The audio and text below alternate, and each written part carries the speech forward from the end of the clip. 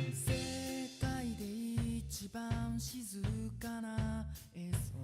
guys, Ray from Whimsical Pictures here for the Manga Discussion Tag. This was created by TwoCentPenny, who also tagged me in that video. She is a pretty new manga YouTuber, but I've been enjoying her videos a lot, so check her out. I will of course be putting the link to the original video in the description below. Without further ado, I guess the first question on this tag is, why YouTube? Who or what inspired you to begin your channel? I don't know, I just kind of started watching manga haul videos on a whim a while ago and was like, well, I collect a lot of manga. And I found that, you know, my taste and the type of series I collect was different than what was already up there, so I was like, well, I could also, you know, bring something a little new to the table just by virtue of being myself with my weird taste in manga. Also, all of my weird factoids. I am a bountiful font of useless knowledge, so I don't get to talk about manga a whole lot in my real life because I don't really have a lot of friends who are as into it as I am. I have some that'll pick up a series every once in a while if it interests them, but not really people who collect it, so, or read it regularly. So it just sort of gives me an outlet to blab on and on about one of my favorite hobbies. I also, I started it in order to improve my editing skills, so I'm hoping to do this year, now that I'm out of school, to do more like video essay type of videos. I think the first one I'm going to do is actually going to be sort of about the history of manga demographics, shonen, shoujo, seinen, and josei, because I've seen a lot of misinformation going around recently about what those are, what they mean, what they entail. And I just think it's kind of an interesting topic because, you know, those strict demographics become less and less relevant as the years go on, I find. And that's sort of an interesting trend. But for essays after that, you know, if you guys...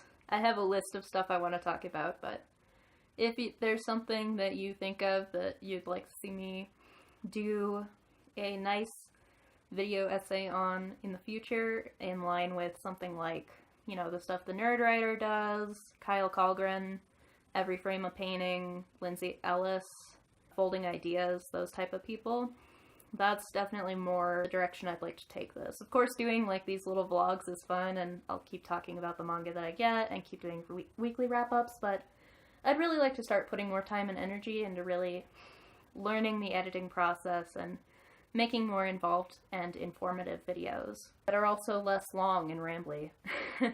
But that's why I just wanted to talk about manga, and I found an outlet for it here, and that's it. How did you choose your channel's name?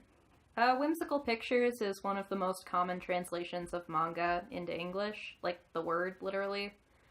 I think Irresponsible Pictures might be a little more accurate, but I always liked Whimsical Pictures. That's cute. So that's it. It just means manga in English. How do you feel about manga that are only published digitally?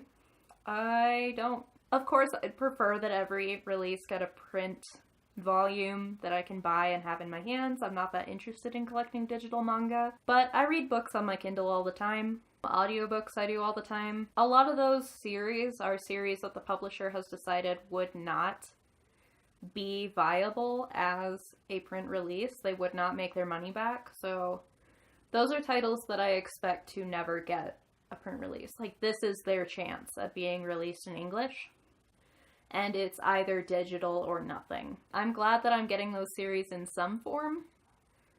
I, you know, recently found out that a lot of Asamiko Nakamura's titles are available digitally, so I'll probably get those. Of course, I'd love to have those in print, but I'm not going to. I just kind of deal with it. My thing is I usually forget what digital titles exist. I can't just go to the bookstore and see what's out, you know. I have to actually go hunting for it, and then I forget about it. So I think I had heard that Nakamura's titles were released digitally, and then I forgot about it. That's my main issue, is that I'm a horrible forgetful person. But I'm not angry about digital releases. I think that's kind of the way of the future. I think that the print books are still gonna exist. I kind of blame the digital releases for the reason we're getting beautiful collector releases of books now. This kind of thing. Hardcover, or like the JoJo volumes. You know, it's kind of like anime, where it's like everything turned to streaming, so the releases we do get, more of them get, you know, these beautiful collector editions, because you're trying to justify the value of purchasing something physical. So, because, you know, I could just watch Tokyo Ghoul on Funimation's website right now with my subscription. Or, you know, if it's a show that's special to me, I can buy an item, and it's a special, beautiful item that looks beautiful on my shelf. And I think manga's going the same direction. Same with books. Books are becoming a collector's item. You see less of those mass market releases. And I'm fine with that, because my manga are a collector's item. I am a collector, and I am collecting manga. If digital releases lead to more collector's editions, I'm fine with that. If it leads to more weird or underground series getting some kind of release at all when they would have gotten none, I'm fine with that too. Digital's the way of the future, you know. I don't really feel like getting grouchy about that. It's a blessing that books have been determined to have enough value that I think they're going to be around for a long time. Physical books. Number 4. Is there a manga character trope that you can't stand or one you most identify with? Mostly show types. I don't like Magic High Schools. I don't like the, like, stoic protagonist who's perfect at everything, like Kirito or that douchebag from Mahoka. I don't like that because it's boring. That's really what I care about, is it boring? Also the trend towards making characters who are marketable, who only maybe have, you know, that one character trait to their name that you can name handily with a single word, you know, perhaps a word ending in dere. I don't like the shows that are populated with characters who can be summed up in a single word, because every time I watch them, I'm just like, I feel like I'm just watching a product being sold to me. And that's annoying. And like, I have the ones that appeal to me. I always like the kudere characters, but they have to have something more, you know? Like, I like the characters from, like, Love Live. They're not deep or anything, but they're fun. They're cute. You can sum them up with one word, but they have a little more to them. They have heart, they have humor. It feels like somebody who made those characters cares about the characters they created. That's what it comes down to. And you can't have a protagonist who's perfect at everything. I hate that. It's boring, especially if they're super stoic, so they don't even have, like, a sense of humor. Like, at least Belle from Is It Wrong to Pick Up Girls from a Dungeon has, like, a sense of humor and, like, an ongoing, like, running gag with his character. And, like, he makes facial expressions sometimes. He's not like, ooh, I'm super serious military otaku, you know, fetish bait. Just boring characters. That's the trope I don't like. One that I identify with, predictably, it's always like the shrinking violet who, maybe has some social anxiety, maybe a bit of an otaku herself, who, like, has to learn to come out of her shell in order to grow up. Especially the college version of that character, like, who maybe has come out of the woodwork a little bit and is kind of trying to work towards slowly becoming more of, like, the adult she wants to be, or sees herself as. Tsukimi from Princess Jellyfish would be, like, the perfect example of that trope for me. Yuki Soma is obviously the manga character I relate to the most and always have. That type of character is the one I identify with, usually. Name a series you read that didn't live up to its hype, or a manga that just disappointed you. I don't pay attention to hype that much. I feel like an important part of curating your taste a little bit is finding those people, whether they be critics or just friends that you have, who have tastes that's similar to you, so that you're not just taking every recommendation you get, but the ones that you can really trust from people whose taste is somewhat similar to yours. And I have found, you know, those critics whose taste is similar to mine. I don't pay attention to hype very much, but one that disappointed me, I could pick a couple different popular ones. Parasite, I've said before, turned generic in the last half, so that kind of disappointed me enough that I don't feel like having that title in my collection, because I don't see myself going back to it very much. The other one that I'm probably gonna get, like, hate for, oh gosh. 20th Century Boys. I love it. I loved reading it. It was a blast to read. It did not affect me as much as the other titles I've read from Urasawa, and that's because it got silly. Like, with the giant robots and the aliens and stuff, I think I was looking for something from it that it was never going to provide. I wasn't looking for, like, this nostalgia trek through the 80s for what for, you know, men who were kids in the 60s, because that's not me. So, like, that stuff about, you know, how they made all this stuff up when they were kids, and, like, having to go through all this music, and, like, their secret hideout, you know, obviously it's supposed to make you feel nostalgic, like, natsukashi. But it didn't for me, because that's not my childhood. And I wanted to see, like, a super dark psychological thriller, and it had aspects of that. And I loved the friend as a villain, but he turned too, like, super villainy, like Saturday morning cartoon super villainy in the end.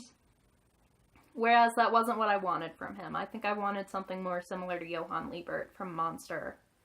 So I did end up walking away from that series feeling a bit disappointed. Again, enough that I probably won't collect it. Maybe if it was shorter, I would, but because it's like 23 volumes or something, I just don't have room for that.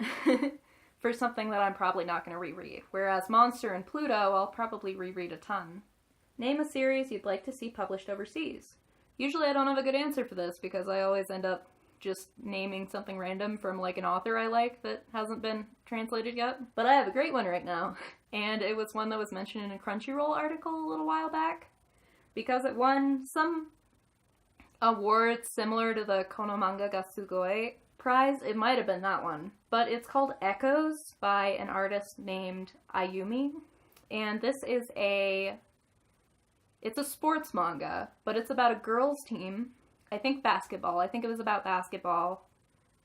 About a girls' team, and the main character is actually a transgender boy. And it sounds incredible. They showed some of the art in the article, and it looks amazing. I tried to look it up on scans just so I could get a feel for it, and it hasn't even been scanlated. Yeah, I want that. Give me that. There's a sports manga craze right now. Bring some of the stuff that's, like, girl-centric over here. Or girls' team-centric, I should say, since the main character here is a boy, but the rest of the characters would be girls. Is there a certain manga cliche you'd like to see reworked? Anything. Anything at all.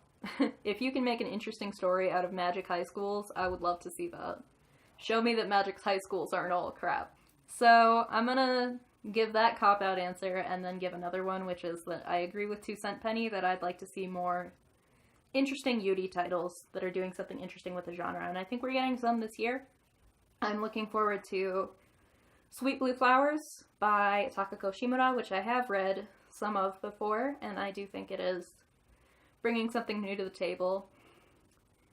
And My Lesbian Life with Loneliness, which I'm very interested in. I think that was published on Pixiv originally, and then compiled into a book. And then I also really am loving this by Akiko Morishima there. The adaptation of Yuri Kumarashi. Of course, this isn't available in English. Sorry. Anything by her, though, I would love to see in English. How do you feel about otaku or weeaboo stigmas? Those are two different things. Otaku is more of a Japanese thing, and when I hear it, I associate it with, just like anime fans in Japan, male anime fans, with Fujoshi being, female anime fans. That's where I hear it heard the most recently. So I'll focus on the weeaboo thing, since that is a Western fandom sort of creation, that word. I mean, we've all met annoying people who, have these weird, racist, romanticized views of Japan because they only get their information from anime and manga. And they, use random incorrect Japanese phrases in their speech, and, they're just super weird when they talk to Japanese people. Most of those people that I've met tend to be, 13. And I don't mind if 13-year-olds are, silly and maybe a little crazy about it, maybe a little loud or tactless, because that's just part of being a kid and being a teenager. They found a group where they feel like they belong, and that's great. In terms of, anime being ghettoized, yeah, it's kind of annoying sometimes, but that's how it is. I mean, it is pretty weird when you really think about it, so it's not a mainstream interest. And when you consider how hard it is to get someone to watch anything with subtitles, or even read a book in translation, of course they're not going to turn on a cartoon from Japan with subtitles, That's just how it is. There is definitely an unfortunate xenophobic edge to a lot of that stuff, but that's gonna require a much bigger cultural change, I think, than just telling someone that anime isn't as weird as they think it is. Because it is. Anime is definitely that weird. It's not all tentacle porn, but it's definitely weird. Like, I find myself, like, saying to my friends, like, well, you know, he's in love with his little sister, but actually, this show is really... Or like, well, this is another one of those shows with sort of an incest fetish angle. It's like, that's not normal in, like, TV. Even TV in Japan. I don't know. Did that have a point? I don't care if someone calls me a weeboo. I call myself weeb trash all the time. Do you think manga has a place in the classroom? Yes. Absolutely. Especially series like A Silent Voice comes to mind immediately. That should be taught in every school, like, across the world. Japan, America, that should be taught everywhere. And it helps that it's short. It's only 7 volumes. That's going to be the big deal with manga a lot of times. The ones especially aimed at kids are going to be huge.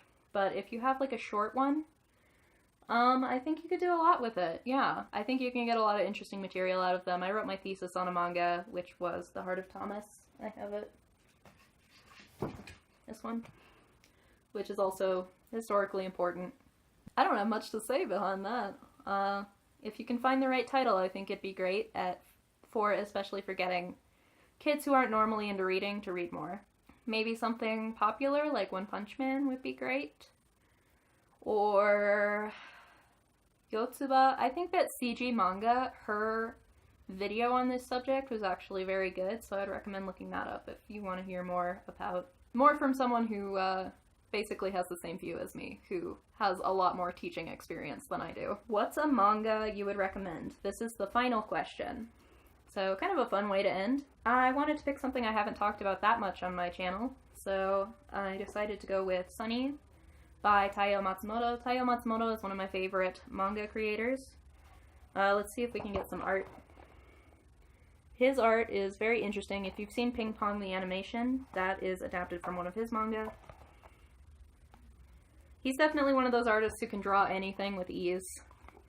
But this is about a foster home and the kids who reside in it.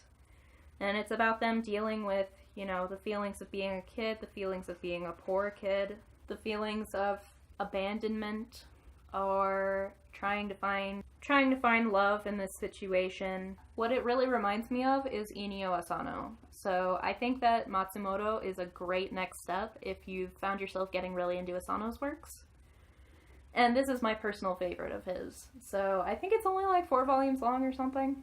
So yeah, and these are really nice volumes, hardcover, from the Viz Sig Icky line, which is part of their signature line. Thank you, TwoCentPenny, for tagging me in this, and I think I'm gonna leave this one open. Yeah. I don't feel like tagging people, so consider yourself tagged. See you later, everybody. Happy reading.